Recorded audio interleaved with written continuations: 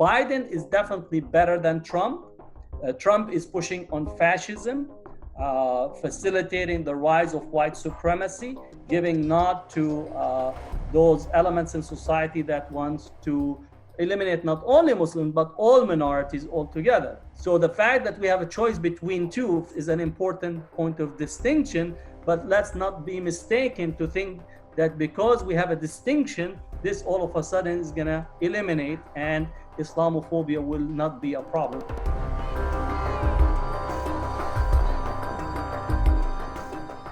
Islamophobia has always been an election issue historically in the United States. It's been used by both sides of the aisle, both Republicans and Democrats. And they use this really and weaponize it against Muslims to drum up votes for various constituencies.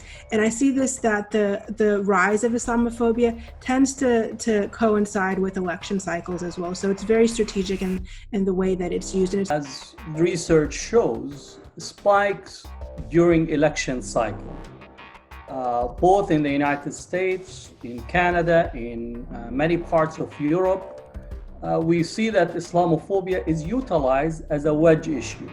We're seeing similar type of strategy being deployed, but I would add that Trump at this point is both using anti-Chinese by constantly referencing the China virus, as well as using Islamophobia as a way to try to stoke white resentment and trying to increase their turnout at the ballot box.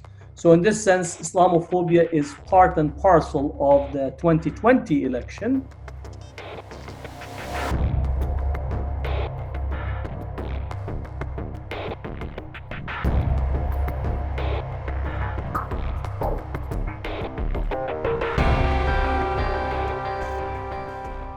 Vice President Biden has made a commitment to ending CVE practices, which is countering violent extremism. And so that policy, I think, is a big step, not only for Muslim Americans, but also Arab Americans and South Asians. I have seen in this election cycle, especially from the Democrats, that they've started to walk away from more of their Islamophobic positions.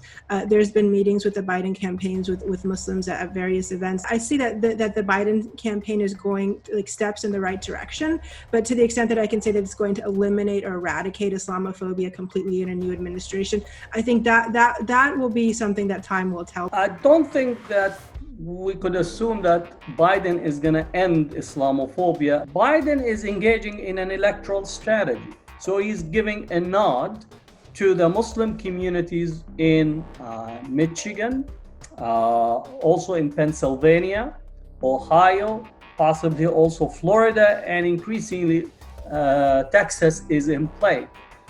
In all these states, Muslim votes might not be that large, but there actually are a swing vote that would possibly bring him those states.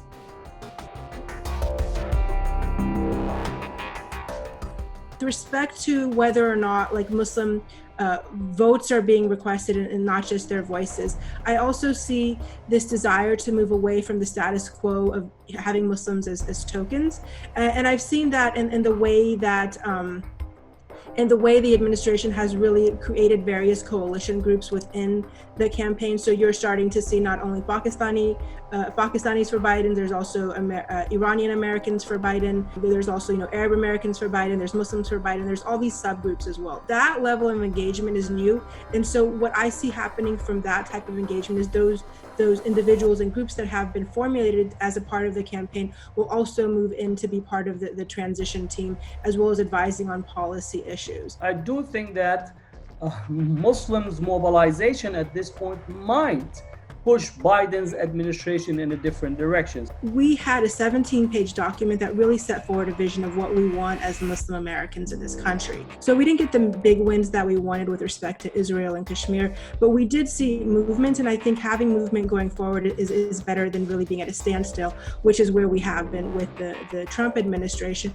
And I see a second Trump administration as similar to a second Modi administration, is that it will be all out, like leashing out against Muslim communities in America. I think Muslims in mobilizing across the country are beginning to show their political muscle at the grassroots, at the regional level, including many Muslims who are running for elections that their voices are being registered and heard, despite the walls of both ignorance, Islamophobia, as well as pro-Israel sentiments that wants to lock Muslims up, that wants to actually prevent them from having a say both in their affairs domestically, but also to speak about the Palestinian issue and Palestine. He is beholden to AIPAC's agenda. He is still beholden to Netanyahu's priorities. So we need to understand the strategic landscape that Biden will come into, making symbolic gestures meaningful, but not actually fundamentally changing the strategic landscape vis-a-vis the Palestinians.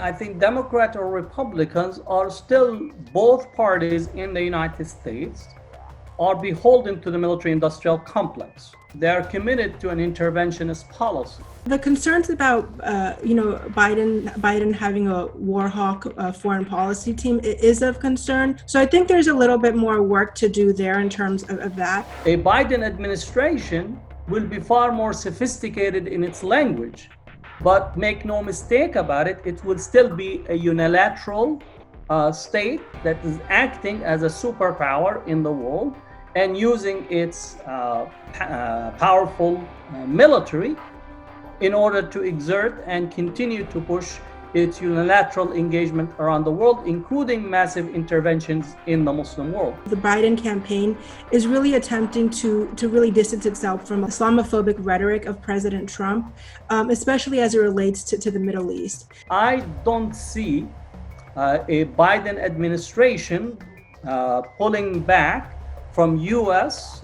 Military interventionist policies or military deployment across the world. If we take a look at the foreign policy for Biden, I would say that it will maintain an interventionist in a much more active support for military-industrial complex and engagement in the Arab and Muslim world, which in the background of it also the constant recalling of Islamophobic discourses of why we need to intervene in the Muslim world. We are living in an Islamophobic social imaginary, and this election is not gonna change it.